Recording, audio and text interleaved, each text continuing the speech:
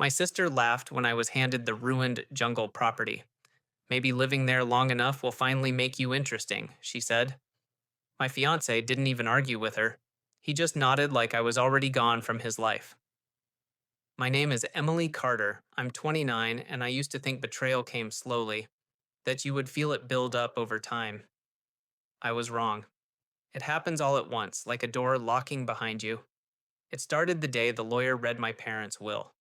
My sister Madison got everything people dream about: the penthouse in Miami, the luxury accounts, the public image, the admiration. I got something else: a property deep in the jungle of Panama, a collapsing wooden structure no one had touched in years. My parents called it land with potential. My sister called it a punishment, and she smiled when she said it. That same evening, my fiance Ryan placed my engagement ring on the kitchen counter and told me I was too small for the future he wanted. Then he walked out and chose her side without hesitation. I didn't cry. I didn't beg. Something in me just went quiet. 2 days later, I was on a plane to Panama. The road to the property was barely a road at all, swallowed by green walls of jungle. When I finally saw the house, I understood why they gave it to me: rotting wood, broken windows, air heavy with damp earth and decay.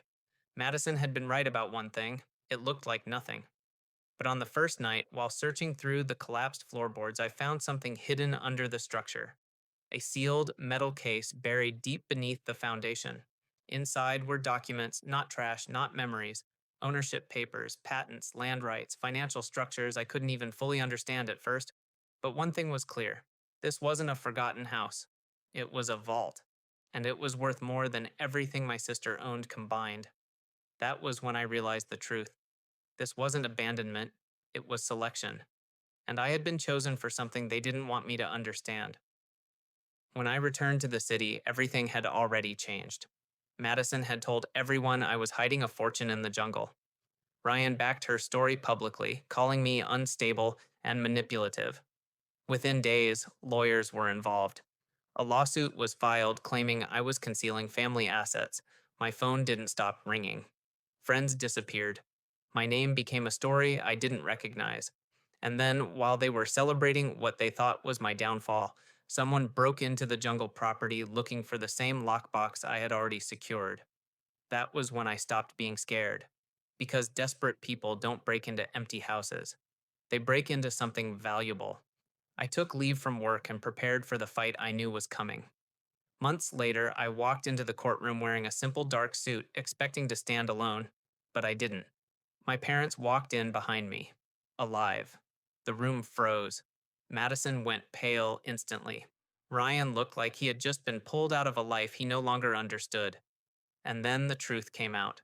The crash everyone believed had killed them never actually ended their story. They had survived, hidden, and quietly built a legal structure around the estate to test who would try to exploit it. Madison wasn't the heir. She never was. The jungle property wasn't a punishment, it was a safeguard.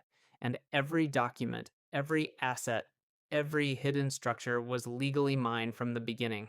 The lawsuit collapsed within minutes. Ryan tried to speak, but no one was listening anymore. Madison's voice broke when she finally realized the only thing she had inherited was an illusion. Outside the courthouse, everything they built fell apart quickly. Her reputation vanished. His career collapsed under fraud investigations tied to the property scheme. And me, I didn't say anything when it all ended, because I didn't need to. A few weeks later, I returned to Panama, not to escape this time, but to rebuild. The same ruined house now stands reinforced, transformed into something alive again. I turned it into a foundation for sustainable land and education programs, using what my parents had hidden there as the starting point. People always think silence means weakness, but silence is just observation. And observation is power when you know exactly what people are willing to do when they think no one is watching. My sister thought she left me with nothing. My fiance thought he was trading up. They were both wrong. I wasn't left behind. I was placed exactly where I needed to be.